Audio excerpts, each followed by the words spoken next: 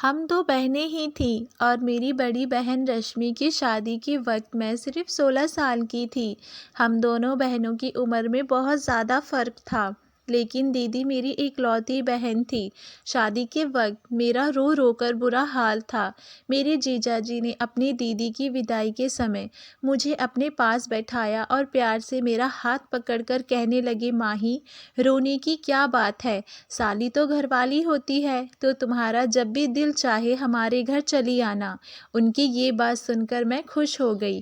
दीदी शादी करके दूसरे शहर गई थी। जीजाजी कहने लगे, जब भी तुम अपनी बहन के पास आओगी मैं तुम्हें खुद अपना शहर घुमाऊंगा।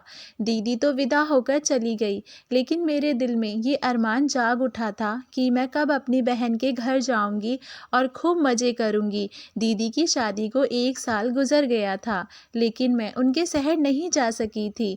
पूरे 1 साल बाद दीदी ने हमारे घर का चक्कर लगाया था। राजीव जीजा भी उनके साथ ही आए थे। वे बहुत ही अच्छे और प्यार से बात करने वाले थे। जितने दिन वे हमारे घर रहे, हर वक्त मेरे आगे पीछे रहते और मेरा बहुत ख्याल रखते थे। वे मेरे लिए बहुत सारे गिफ्ट भी लाए थे। मेरा कोई भाई नहीं था, इसीलिए मुझे उनसे लगाव हो गया था। 1 हफ्ते हमारे साथ गुजारकर दीदी वापस अपने ससुराल लौट गई। 2 महीने बाद फिर दीदी का फ़ोन आया। उन्होंने बताया कि वे प्रेग्नेंट हो गई हैं और ये खबर सुनकर मैं और मम्मी-पापा बहुत खुश हुए। बहुत दिनों के बाद हमारे घर ऐसी कोई खुशी की खबर आई थी, लेकिन दीदी बहुत ज़्यादा परेशान थी और मम्मी से कह रही थी कि वे अकेले दूसरे शहर में इस हालत में नहीं रह सकती, क्योंकि उन्हें बहुत ज़्यादा उल्टी और चक्कर आ रहे हैं और डॉक्टर ने उन्हें आराम करने को कहा है। ये सुनकर मम्मी भी बहुत ज़्यादा परेशान हो गई। मेरी बड़ी बहन तो मम्मी की जान में बसती थी। मम्मी ने उसे हमारे घर आकर रहने को कहा तो वे कहने लगी कि राजीव तो उसे छोड़ने को तैयार ही नहीं है। डॉक्टर ने लंबा सफ़र करने को मना किया है। अगर दीदी भी आ जाती तो राजीव जीजा और उसके पापा को बहुत परेशानी होती। वैसे भी 1-2 महीने की बात नहीं थी, अभी तो पूरे 9 महीने बाकी थे। दीदी की बात सुनकर मम्मी ने कहा, तुम फिक्र ना करो, मैं माही को तुम्हारे पास भेज देती हूँ। बहन के आने से तुम्हारा दिल भी बहल जाएगा और ये तुम्हारे घर के कामकाज भी कर दिया करेगी। मम्मी की बात सुनकर दीदी बहुत खुश हुई और कहने लगी, माही को अकेले ना भेजना, राजीव को मैंने कहा है, वे लेने के लिए आ जाएंगे। मैं तो कब से इस मौके की तलाश में थी और ना जाने कितने बार दुआ मांग चुकी थी, इसीलिए फ़ौरन ही खुशी-खुशी अपना सामान बांध लिया। मौसी के बनने की खुशी तो अलग ही होती है। 3 दिन बाद ही जीजाजी मुझे लेने के लिए आ गए और मैं उनके साथ अपनी बहन के पास दूसरे शहर आ गई थी। दीदी के ससुराल में सिर्फ़ एक ससुर और जीजाजी ही थे, इसीलिए मुझे यहाँ रहने में कोई परेशानी नहीं होने वाली थी, कोई झंझट नहीं थी। दीदी मुझे देखकर बहुत खुश हुई थी। उसने पहले से ही मेरी पसंद का खाना बना रखा था। मुझे रहने के लिए अपने सामने वाला कमरा भी दे दिया था। दीदी के ससुर को नमस्ते करने के लिए मैं उनके कमरे में गई, तो उनका रवैया कुछ अजीब-सा था। वे बिस्तर पर पड़े एक बीमार आदमी थे। मुझे देखकर अजीब-अजीब बातें करने लगे। उनकी बातें मेरी समझ से बाहर थी। दीदी मेरा हाथ पकड़कर मुझे कमरे से बाहर ले आई और कहने लगी कि उनके ससुर बहुत सालों से बीमार हैं, इसीलिए अक्सर उल्टी-सीधी बातें करते हैं।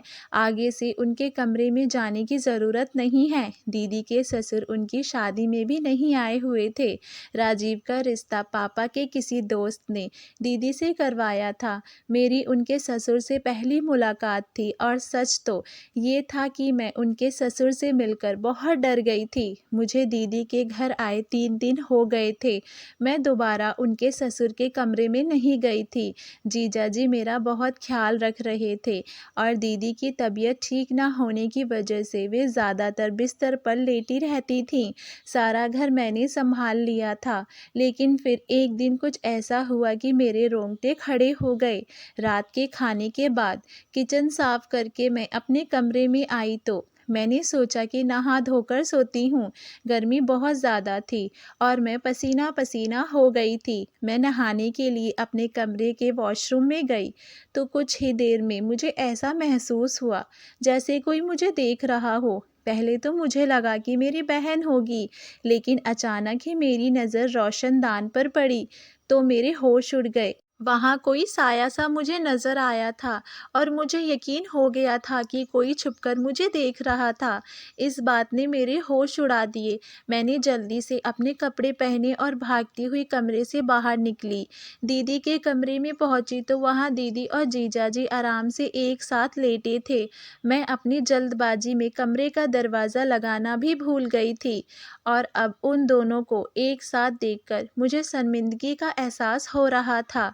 जीजाजी उठकर बैठ गए, कहने लगे, अंदर आ जाओ माही, दरवाजे पर क्यों रुक गई हो? मुझे समझ में नहीं आया कि मुझे क्या करना चाहिए। मैं उन्हें कैसे बताती कि रोशनदान पर मुझे किसी का साया महसूस हुआ है। मैंने यूं ही बात बना दी कि मैं दीदी से दूध का पूछने के लिए आई थी। दीदी कहने लगी, तुम जाकर आराम करो, अब बाकी जो भी काम होंगे मैं राजीव से कह दूंगी। मैं अपने कमरे में वापस आने लगी तो मेरी नज़र दीदी के ससुर पर पड़ी, जो बाहर से वापस लौटकर अपने कमरे में जा रहे थे। मुझे बहुत अजीब सी नज़रों से देखते हुए कहने लगे, तुम बहुत खूबसूरत और मासूम हो, अपना ख्याल रखा करो, किसी पर आंख बंद करके विश्वास मत करना। उनकी ये बात सुनकर मुझे गुस्सा आ गया। मैं सोच भी नहीं सकती थी कि वे मुझसे इस तरह की कोई बात कैसे कह सकते हैं। मैं घबराकर फ़ौरन अपने कमरे में चली आई और सारी रात यूं ही जागते जागते गुजार दी। दीदी ने तो कहा था कि उनके ससुर बीमार हैं और वे कमरे से नहीं निकलते, तो फिर वे इतनी रात को बाहर क्या कर रहे थे? ये बात बहुत ही अजीब थी। मुझे बहुत ही ज़्यादा बेचैनी हो रही थी।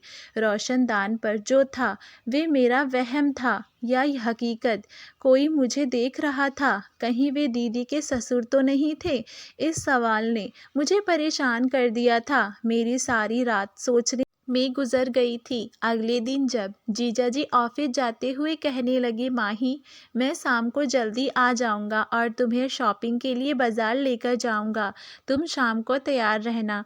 ये कहते कहते अचानक ही करीब आकर उन्होंने मेरे गाल पर हाथ फेरा और ऑफिस के लिए निकल गए। उनके इस अंदाज पर मैं चौंक गई। दीदी भी पीछे ही खड़ी थी। कहने लगी, राजीव तुमसे बहुत प्यार करते हैं, तुम भी उनका ख्याल रखने की कोशिश किया करो, क्योंकि आजकल मैं उनका ख्याल नहीं रख पा रही हूँ। वे बहुत ज़्यादा थक जाते हैं।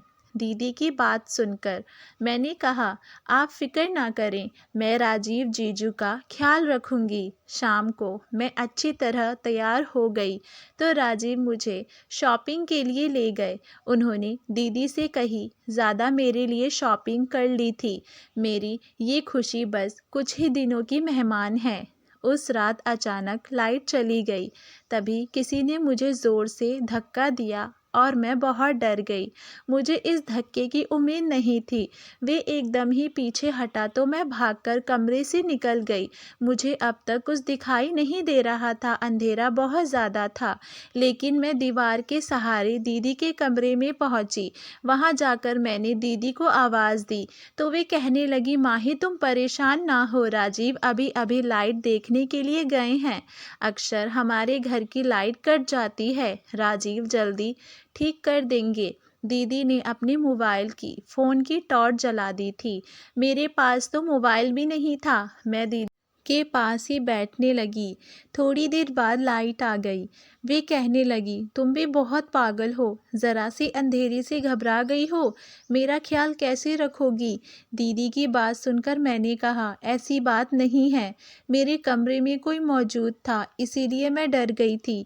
मेरी बात सुनकर वे ज़ोर से हंसने लगी। राजीव मेरे साथ मेरे कमरे में थे और मेरे ससुर तो मेरे कमरे से निकलते ही नहीं हैं। अंधेरे की वजह से तुम डर गई हो और कोई बात नहीं है। मुझे समझ नहीं आया कि दीदी को किस तरह से यकीन जीजाजी दीदी के साथ थे तो फिर मेरे साथ मेरे कमरे में कौन था? पहले रोशनदान पर पड़ने वाला साया और अब कमरे में किसी की मौजूदगी का एहसास, इस सब से मैं बहुत डर गई थी। मेरे दिमाग में रह रहकर दीदी के ससुर का ख्याल आ रहा था। लाइट ठीक करके जीजाजी कमरे में आए तो मुझे देखकर कहने लगे, देखा मैंने तुम्हें पहले ही कहा था कि ये अंधेरे से घबरा जाएगी, तुम इसके पास चली जाओ। दीदी जीजाजी से कहने लगी, बहुत अंधेरा था, मैं अगर गिर जाती तो मुझे क्या मालूम था कि ये इतनी डर जाएगी। मैंने उन दोनों से कहा कि आप परेशान ना हो, मैं ठीक हूँ और अब आपने कमरे में जाकर सोती हूँ। मैं दीदी को ज़्यादा परेशान नहीं करना चाहती थी, क्योंकि मम्मी ने मुझे मना किया था कि डॉक्टर ने दीदी को टेंशन देने के लिए मना किया है। मैं डरते डरते वापस अपने कमरे में आ गई थी और दरवाज़ा लॉक करके बिस्तर पर लेट गई। नींद तो मुझे नहीं आ रही थी। मैं सोच रही थी कि किसी ना किसी बहाने से घर वापस लौट जाऊं। जो भी था ये मेरा वहम नहीं था। इस बात का मुझे अच्छे तरीके से यकीन हो गया था कि कोई मेरी तन्हाई का भरपूर फ़ायदा उठाने की कोशिश कर रहा था। अगले दिन जीजाजी किसी काम से थोड़ी देर के लिए दोपहर के वक्त ऑफिस से घर लौट कर आए। उस वक्त दीदी दवाई खाकर अपने कमरे में गहरी नींद में सो रही थी और मैं किचन में खाने की तैयारी कर रही थी। राजीव जीजू किचन में ही चले आए और मुझे पीछे से पकड़कर अपनी बाहों में जकड़ लिया। मुझे उनसे इस व्यवहार की बिल्कुल उम्मीद नहीं थी। मैं हड़बड़ाकर खुद को उनसे छुड़वाने की कोशिश करने लगी। मेरी आवाज़ मेरे गले में ही रह गई थी और मैं कुछ कह भी नहीं सकी थी, मगर राजीव ने तो मुझे छोड़ने की बजाय और कस के पकड़ लिया और कहने लगे, तुम इतनी खूबसूरत हो कि तुमसे नज़र हटाने की दिल ही नहीं करता। बहुत मुश्किल से मैंने खुद को उनसे छुड़वाया और किचन से बाहर भागने लगी तो राजीव कहने लगे कि तुम नहाते हुए भी बहुत खूबसूरत लग रही थी। मेरे मोबाइल में तुम्हारी वीडियो है। जीजाजी के इन शब्दों से मेरी सांस रुक गई थी। मैं सोच भी नहीं सकती थी कि वे इस कदर घटिया इंसान होंगे। मैंने रोते हुए जीजाजी की तरफ देखा तो वे कहने लगे, मैं बस प्यार मोहब्बत की बातें करना चाहता हूँ। जैसे ही जीजाजी ने मेरी तरफ कदम बढ़ाए, मैं भागते हुए अब अपने कमरे में चली गई और खुद को लॉक कर लिया। मैं डर से कांप रही थी। मैंने जीजाजी को जो रूप आज देखा था उसे पहले कभी नहीं देखा था। मैं तो उन्हें भाई की तरह समझती थी, लेकिन वे तो मेरी इज्जत के दुश्मन निकले थे। पता नहीं कैसे और कब उनकी नज़र मुझ पर पड़ी थी और मैंने गौर भी नहीं किया था। राजीव बस कुछ वक्त के लिए ऑफिस से घर आए थे, इसीलिए वे वापस चले गए थे और मैंने सोच लिया था कि अब मैं एक पल भी यहाँ नहीं रुकने वाली। शाम के वक्त जब दीदी अपने कमरे से उठकर मेरे पास आई तो उस वक्त तक मेरी आंखें रो रो कर सूज चुकी थी। वे परेशानी से पूछने लगी कि क्या हुआ है, किस बात से तुम इतना रो रही हो। मैंने दीदी से सच छुपाया, क्योंकि उनकी हालत ऐसी नहीं थी कि मैं जीजा के बारे में इतनी बड़ी बात बताती। मैंने रोते हुए कह दिया कि मुझे मम्मी पापा की बहुत याद आ रही है और मैं घर वापस जाना चाहती हूँ। मेरी बात सुनकर दीदी ने मुझे गले से लगाया और कहने लगी, इतनी जरा सी बात पर तुमने रो रो कर आंखें सुजा ली है। तुम फिक्र ना करो, शाम को ही मैं राजीव के साथ तुम्हें वापस भेज देती हूँ। जीजाजी के साथ एक शहर से दूसरे शहर का सफ़र सोचकर मेरे रोंगटे खड़े हो गए थे। मैंने दीदी से कहा कि आप पापा मुझे लेने के लिए आएंगे, मैं पापा के साथ जाऊंगी। दीदी कहने लगी, ठीक है, अच्छी बात है, इस तरह से मैं भी पापा से मुलाकात कर लूँगी। दीदी की बात सुनकर मैं खुश हो गई और दीदी जैसे ही मेरे पास से उठकर अपने कमरे में गई तो उनकी ज़ोरदार चीखने की आवाज़ आई। मैं फ़ौरन दीदी के कमरे की तरफ भागी तो ये देखकर मेरे होश उड़ गए कि दीदी बिस्तर के पास गिरी हुई थी और अपना पेट पकड़कर ज़ोर ज़ोर से चीख रही थी। मैंने दीदी को उठाकर बिस्तर पर लेटाया और बहुत देर तक उनके पास बैठी रही। उनकी हालत मुझे बिल्कुल भी ठीक नहीं लग रही थी। मैंने दीदी से कहा कि डॉक्टर के पास चलते हैं, लेकिन उन्होंने साफ मना कर दिया और मेरे हाथ पकड़कर कहने लगी, माही तुम तुम मुझे छोड़कर ना जाओ। मैं इस हालत में अकेली नहीं रह सकती। आज तो तुम थी जिसने आकर मुझे उठाया और मेरा ख्याल किया है, लेकिन तुम्हारे जाने के बाद अगर ऐसा कुछ हुआ तो मैं और मेरा बच्चा ऐसे ही मर जाएंगे। दीदी की बात सुनकर मैं बहुत परेशान हो गई। बहुत मजबूरी में मैंने कुछ दिन रुकने का फ़ैसला किया और दीदी से कहा कि आप बिल्कुल फ़िक्र ना करें, मैं आपके साथ ही हूँ। मेरी बात सुनकर दीदी को बहुत खुशी हुई थी और मुझे गले से लगा लिया। जीजा भी वापस आ गए थे। दीदी ने उन्हें भी बताया कि गिरने की वजह से मेरी तबीयत बहुत ख़राब हो गई थी। ये सुनकर राजीव भी परेशान हो गए और मुझसे कहने लगे कि जाओ अपनी दीदी के लिए दूध लेकर आओ। मैं किचन में जाकर दूध बना रही थी कि एक बार फिर राजीव किचन में आ गए और मेरे साथ ज़बरदस्ती करने लगे। मैंने राजीव को धक्का दिया और गुस्से में कहा कि आपको शर्म नहीं आती, आपकी पत्नी की हालत इतनी ख़राब है और आप अपनी साली के साथ ऐसी हरकतें कर रही हैं। जीजाजी को मेरी बात का कोई असर ना हुआ और वे मेरे साथ ज़ोर ज़बरदस्ती करने लगे। मैं ज़ोर ज़ोर से चीखने लगी थी। मेरी आवाज़ पर दीदी आ गई। मैं इस कदर घबराई हुई थी कि दीदी की तबीयत का सोचे बिना ही मैंने उन्हें जीजाजी का सारा सच बता दिया। दीदी ने एक नज़र मुझ पर डाली और दूसरी नज़र जीजाजी पर और उससे कहने लगी कि तुम कैसे मर्द हो जो एक 17 साल की लड़की को भी काबू नहीं कर सकते। इसने पिछले एक हफ्ते से ही तुम्हें अकेले नचाया हुआ है और तुम अभी तक कुछ नहीं कर पाए। दीदी की बात सुनकर मेरे कदमों तले से ज़मीन निकल गई थी। मैंने हैरानी से दीदी से पूछा कि ये आप क्या कह रही हैं। दीदी के चेहरे पर एक अजीब सी मुस्कुराहट आई और वे मेरा हाथ पकड़कर मुझे अपने साथ अपने कमरे में ले गई। मैं हैरत से दीदी को देख रही थी। दीदी ने मुझे अपने पास बैठाया और मेरे बालों में हाथ फेरकर कहने लगी, देखो माही, मेरी बात गौर से सुनो। मैं राजीव का सारा सच जानती हूँ, लेकिन जो कुछ राजीव तुमसे चाहता है वे तुम्हें करना ही होगा। मैं गुस्से में उठ खड़ी हुई और मैंने दीदी से कहा, आप कैसी बातें कर रही हैं? क्या आप जानती हैं कि आपका पति मेरे साथ क्या करना चाहता है? वे मुझे इस्तेमाल करना चाहता है। कैसे ऐसे इंसान के साथ ज़िंदगी गुजार सकती हैं जो कि आपके प्रेग्नेंट होने के बाद भी आपकी बहन पर नज़र जमाए बैठा है। वे आपको और आपके बच्चे को सारी ज़िंदगी क्या देगा। मेरी बात सुनकर दीदी कहने लगी, तुम्हें राजीव के साथ वे सब कुछ करना ही होगा जो वे तुमसे चाहता है, वरना वे कभी बाप नहीं बन सकेगा। दीदी की बातें सुनकर मैंने कहा, आप कैसी बातें कर रही हैं? आप पेट से हैं और जीजा जी बाप बनने वाले हैं। दीदी ने कहा, नहीं, मैं माँ नहीं बन सकती। यही बात पता चलने पर मैंने तुम्हें यहाँ बुलाया था ताकि तुम यहाँ आकर मुझे और राजीव को एक बच्चा दे सको। राजीव किसी और का बच्चा गोद नहीं लेना चाहते थे, उन्हें अपना बच्चा चाहिए था और इसके लिए मेरे पास इससे ज़्यादा आसान रास्ता नहीं था। मैं किसी औरत को अपनी सौतन बनाकर नहीं लाना चाहती थी, इसीलिए मैंने फ़ैसला किया है कि मैं इस काम के लिए तुम्हें कुर्बान कर दूंगी। वैसे भी तुम मेरी सगी बहन नहीं हो। मैं राजीव से बहुत मोहब्बत करती हूँ और उसे किसी कीमत पर छोड़ना नहीं चाहती, इसीलिए मैं चाहती हूँ कि तुम गर्भवती हो जाओ और मेरी और राजीव की ज़िंदगी में बच्चे की इस कमी को पूरा कर दो। मैं तो अब तक जीजाजी को अपना दुश्मन समझ रही थी, लेकिन मेरी बहन भी इस गंदे खेल में बराबर की हिस्सेदार थी। अपना घर बचाने के खातिर मेरी बहन ने मेरी ज़िंदगी को दांव पर लगा दिया था।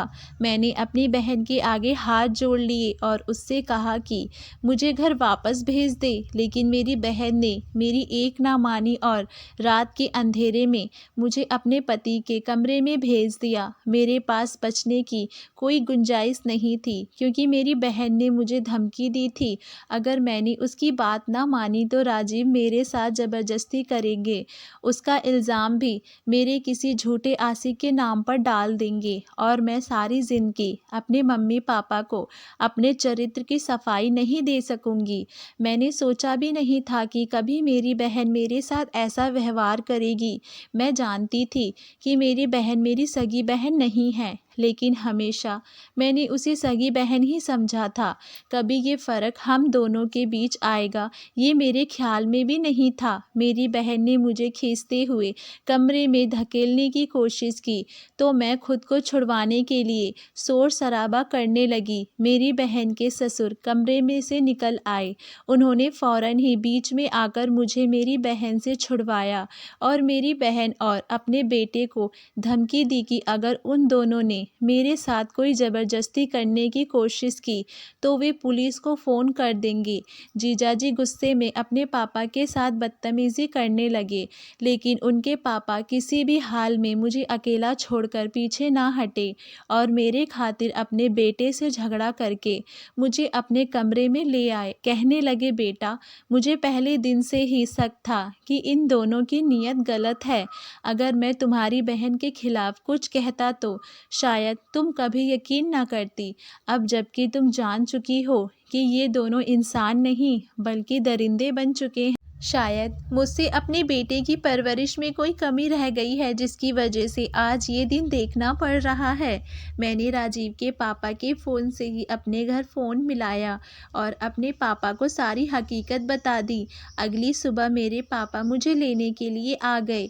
उन्होंने मेरी बात पर दीदी से हमेशा के लिए सारे रिश्ते ख़त्म कर दिए। पापा को इस बात पर बहुत अफसोस हो रहा था कि शायद उनकी परवरिश में ही कोई कमी रह गई थी, जबकि उन्होंने तो कभी सौतेली बेटी और अपनी बेटी में कोई फ़र्क नहीं किया था कि इसीलिए बेटी ने उसके प्यार का ये सिला दिया है। और मैं सोच रही थी कि मेरी कौन सी अच्छाई मेरे काम आ गई जो राजीव जैसे शैतान के पापा मेरी आवाज़ सुनकर मुझे बचाने आ गए। इस बात को कई साल गुजर गए हैं। हमारी दीदी के साथ हमारा कोई रिश्ता ना रहा, लेकिन एक बात मुझे अच्छी तरह समझ आ गई है कि मेरी माँ ने मुझे दीदी के घर रहने के लिए भेजकर बहुत बड़ी गलती की थी और मैंने एक गैर मर्द पर भरोसा कर बहुत बड़ी भूल की थी। मेरी बहन ने जो कुछ मेरे साथ किया वे बर्दाश्त से बाहर था, लेकिन आज की दुनिया में ये सब कुछ हो रहा है। इसीलिए हर कोई अपनी इज्जत को बचाकर रखे, किसी पर अंधविश्वास ना करे, क्योंकि कुछ रिश्ते ऐसे होते हैं जो अपने मतलब के लिए कुछ भी कर सकते हैं। उनको किसी से कोई मतलब नहीं होता, बस अपना मतलब निकालना होता है। धन्यवाद दोस्तों। आपको हमारी कहानी कैसी लगी हमें नीचे कमेंट बॉक्स में अपनी राय ज़रूर बताइएगा और हमारे चैनल वानी वॉइस को लाइक शेयर सब्सक्राइब करना ना भूलें। अगर आप हमारे चैनल पर नए हैं तो हमारे चैनल को सब्सक्राइब ज़रूर करें।